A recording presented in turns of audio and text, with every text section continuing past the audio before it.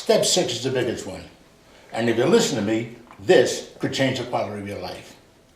This is the one everyone likes the best. Step 6 is building a long-term income or long-term savings. Now there are two elements at play here. Two financial battles you have to win to win the money game.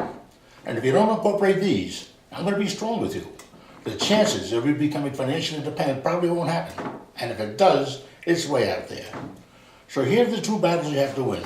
One, the inflation battle. You'll see why in a moment. And two is the tax battle. Because it's not what you make, it's what you keep. Taxes will hurt you if you're not careful. Let's talk about inflation. Have you heard of the rule of 72? No. No. Let me explain, it's really interesting. If whatever interest you're saving at, say 4%, if you divide that into the number 72, that will tell you how many years it will take for your money to double. 472 is 18. For every 18 years, your money will double. Here's the example. Let's say you have $100 in an account at 4%. 472 is 18. So that in 18 years, your money doubles to $200. Now what happens in another 18 years at 4%? I'm not sure. Well, it'll double again to $400. Here's the problem.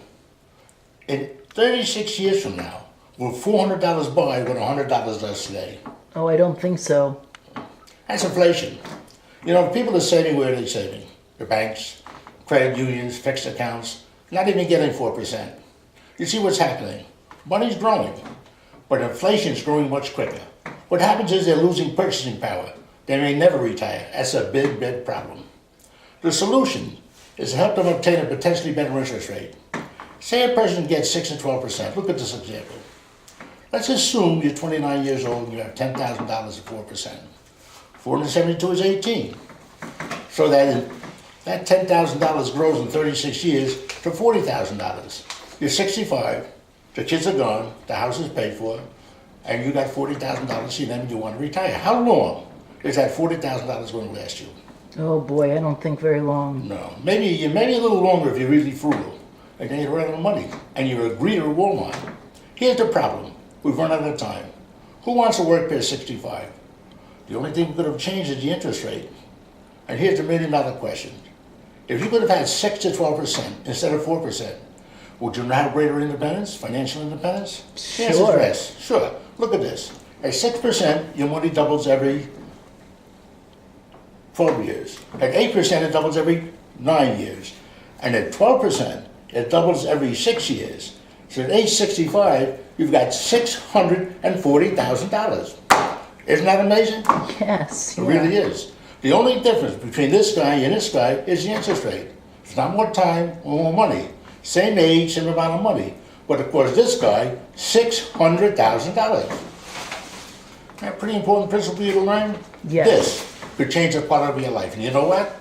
It's not about having $10,000. The key is saving a little bit on a monthly basis at a decent interest rate. If you were to save for you at a decent interest rate, you may come a time where you won't be out earning your money, but your money will be out earning you. That's pretty awesome, huh? Yeah. Yeah. $1,000,000 question is, where can I get a decent rate of return that have a protection of principal we're actually guaranteed not to lose money? Actually, there are 3 different strategies. I'm going to give you a synopsis of each one. And you tell me which one makes the most sense for you, so I'll know what's suitable for you when we get back together. First is the fixed rate approach. You know, you get a guaranteed rate. It's a low rate. Maybe 1%, maybe a little more. It's risky because of inflation. Second approach is the other end of the spectrum, the stock market and mutual funds, where you have the potential for high return, but with a greater risk of losing money. And a lot of people have, because it's been pretty dicey lately. Third way is the index strategy, where all your savings protected, so you don't lose money. All the interest earned is also protected, and you don't lose money again. All interest earned is linked to what the S&P 500 does, which for the past 25 years has averaged almost 10% a year. Of these 3 strategies, which one makes the most sense for you? I'm not sure. Well, index strategy, right? You can't lose money. You have a potential of earning high returns. It seems to be the one. But let me tell you about it. It's a very popular strategy. Let's talk a minute about it. You've heard of the S&P 500 stock index, right? Sure. Sure. The S&P 500 is the 500 most widely held companies in the U.S. It represents over 100 groups, such as technology, healthcare, utilities, etc. In fact, the S&P 500 represents almost 70% of the total domestic equity market capitalization, about 70% of the American economy. But get this, the S&P 500 has averaged almost 10% a year for the last 25 years. Let me ask you this, if you had invested in the S&P 500 25 years ago and averaged almost 10% a year, you'd be happy, right? Yeah. I'm sure you would. Now we'll get back together. If we've determined that an index strategy is suitable for you, I'll then explain the specific products, the costs, the floors, the caps, and other terms and conditions. But for right now, let me give you an overview of the index strategy and how the crediting works. All the interest earned is linked to the S&P 500, up to a cap, for example, of 12%, but without any of the downside risk associated with putting your money directly into the market. So you see your money is protected from any downside market loss. At the same time, you participate in the growth of the S&P 500, up to a cap, for example, 12%, with the protection from any downside market risk. That's pretty important, don't you think? Sure. Let me show you this. Let me give you an example. Let's say that a few years back you contributed $10,000 into the index strategy. Now let's say the S&P 500 did 10% the first year. Look at this. 10% the first year. So now you have $11,000. Now let's say that in the second year it gains another 10%. Now we have $12,100. Now let's say that in the third year the S&P loses 20%. Is that possible? It's absolutely. In fact, it's happened. But now, instead of your account dropping 20% to $9,600, it remains at $12,100. So you see why the index approach is quickly becoming one of the most popular. You can see why, right? Sure. One of the best ways to win the return inflation battle is to be able to get potentially higher growth. That protects your principal from any downside market loss. But you can't just win the rate of return battle and forget about taxes. In fact, I'm going to show you an example that's going to shock you in how important it is to win both the rate of return and the tax battle. Let's say that 30 years ago there was a guy that was 30 years of age, and he wanted to have $1 million when he was 60. Well, he didn't understand any of this. So he just goes into the bank and says, Mr. Banker, what do I have to put aside every month so I have $1 million when I'm 60? Back then interest rates were 5%. Now they're what, 1, maybe less? But back then they were 5%. Well, the banker figures it out and says, what you have to do is to put away exactly $1,639.29 a month at 5% for 30 years, and you'll have your $1 million. Guy was totally discouraged.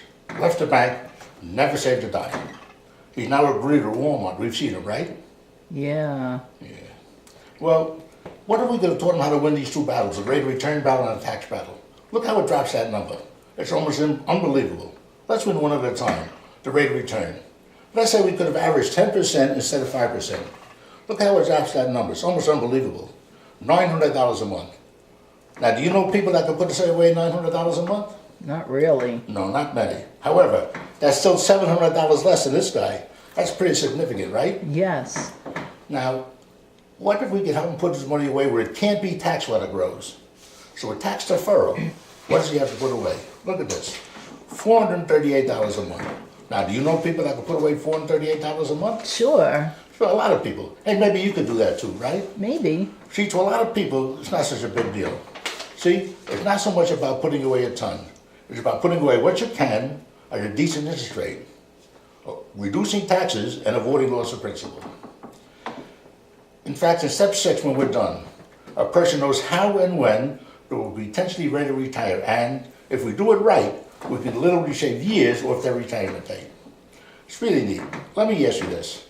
If you had enough money in your nest egg right now, if you're financially independent, and so every month you don't have to get any more money, what would you be doing? Oh, I would love to think about that. Well, give me an idea. What do you think you'd like to do?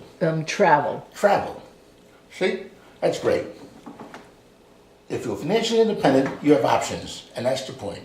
You can do what you want, when you want, and how you want. In fact, it was interesting. The other day we went through the implementation phase. That's our second appointment. The wife got so excited, she gets up and says, you know what? I go door to door, asking my neighbors when they were gonna become financially independent. And you know, nobody would know, but I do. At that moment, she and her husband became one because they knew what their dreams were and when it was going to happen.